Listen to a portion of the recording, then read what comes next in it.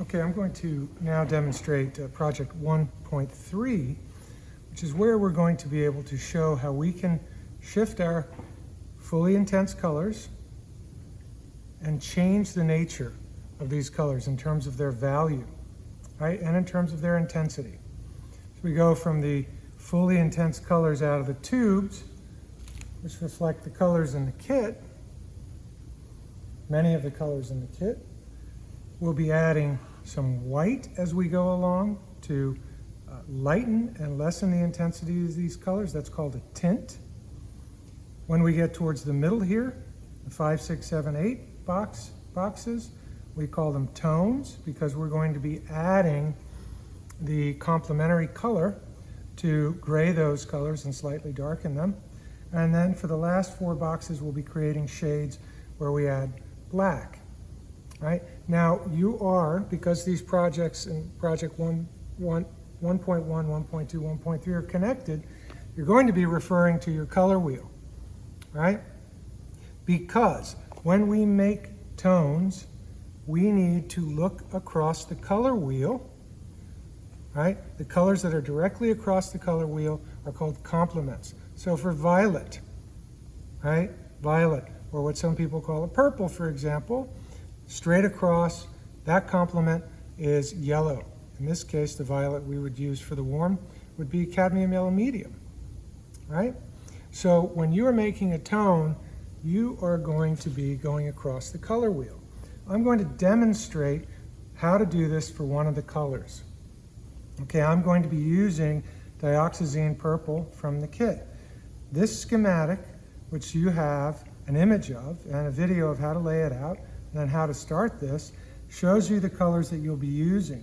Dioxazine purple, ultramarine blue, phthalo blue, primary blue, cerulean blue, hooker's green, light green, phthalo green, primary yellow, cadmium yellow medium, cadmium orange, cadmium red light, primary red, alizarin crimson, quinacridone magenta.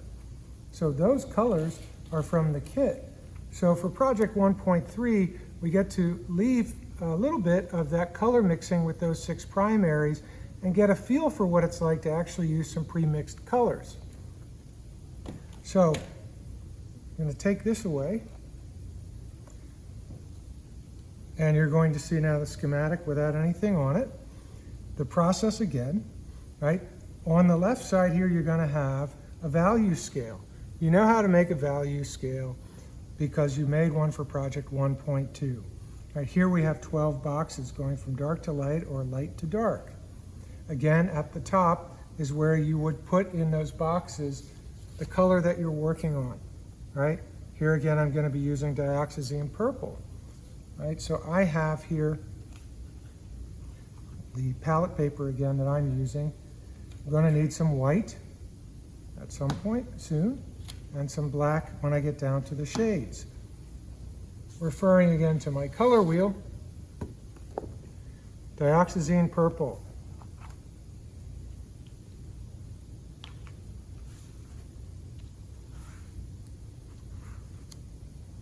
I'm going to put that here.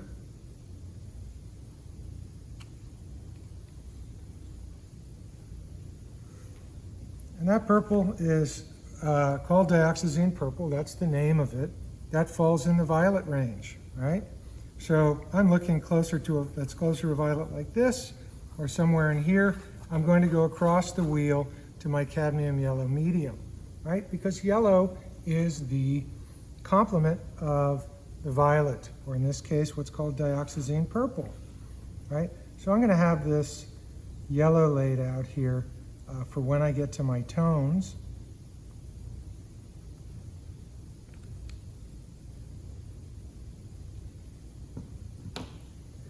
And I'm going to take some white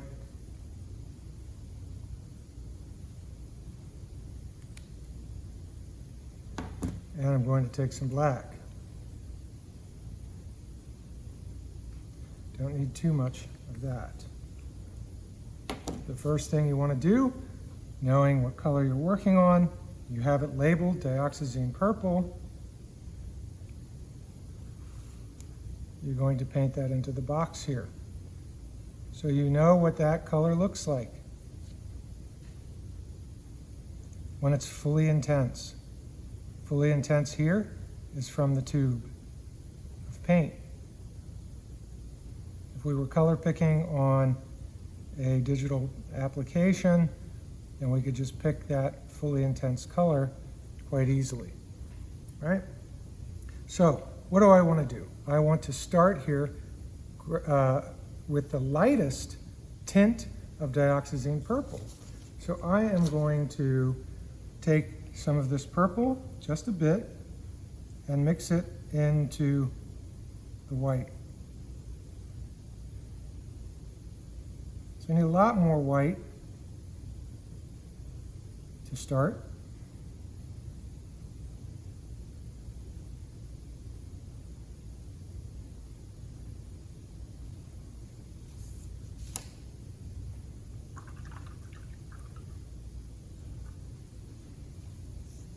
These lighter colors, you often hear the word pastels as well.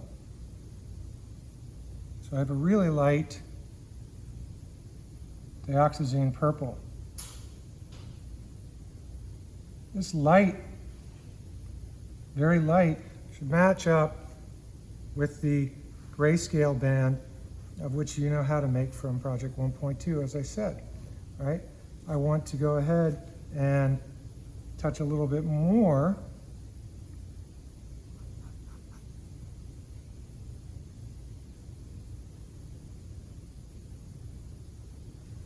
of that purple, dioxazine purple, into that white.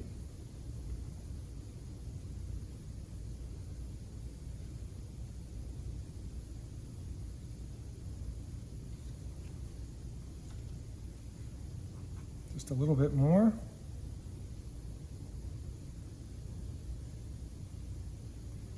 For any of these projects, as you know, as you go along, if you need to go over something, you can wait for the paint to dry. There's really no problem with that.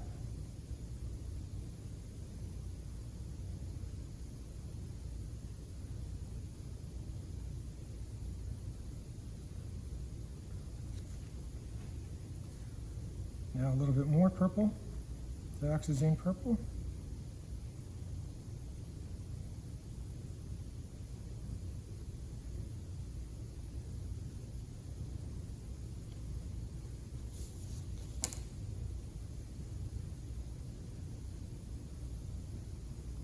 When you're done with this project, and this project 1.3 tends to take the longest time, so give yourself plenty of time to work on it,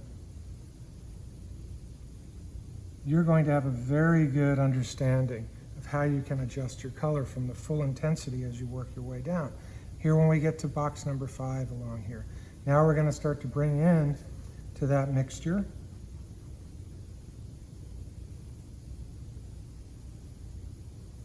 see how I've mixed that purple in with that white still just a bit, right? I want to take just a touch of that yellow.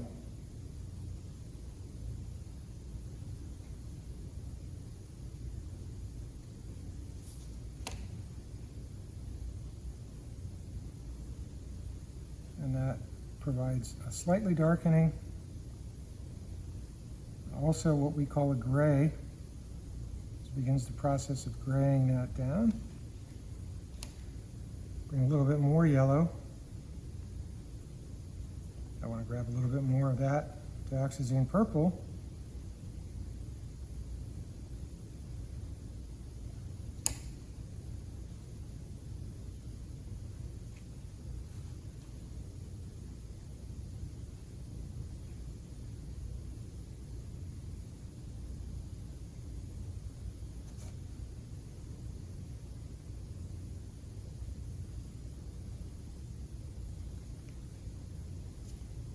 Touch more yellow.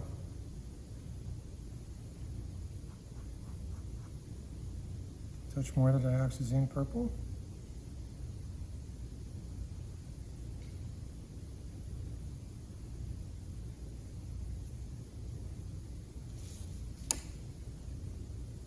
Pretty much have let go of the white that I was applying into that.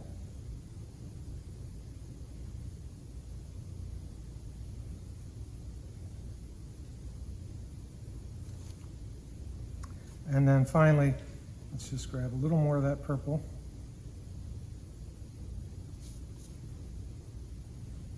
A little more of that yellow, almost a 50-50 split.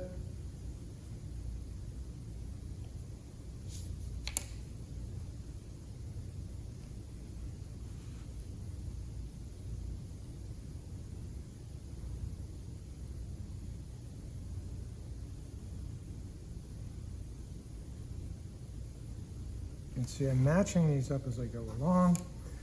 Getting here now to shades.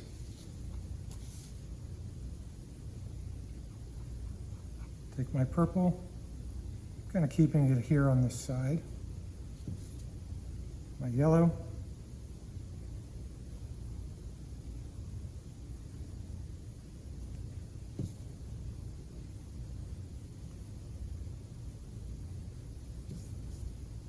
Touch of black.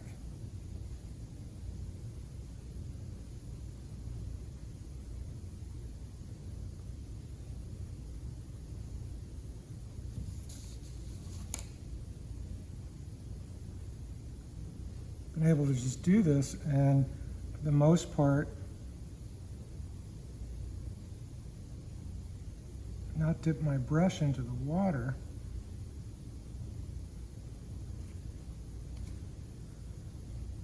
Reach for a little more black.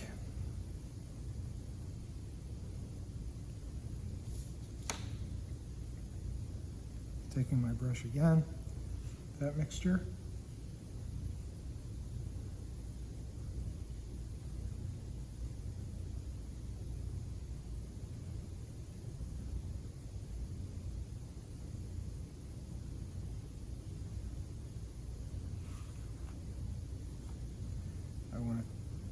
Running out of some of that purple. Let's put that in there.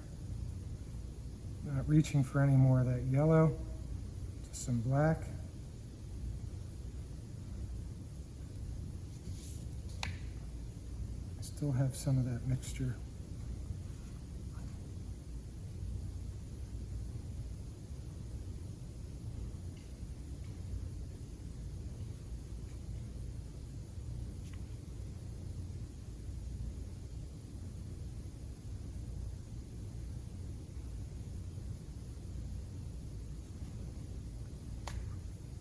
And then I'm going to grab even more black to really make the darkest dioxazine purple I can make with these paints.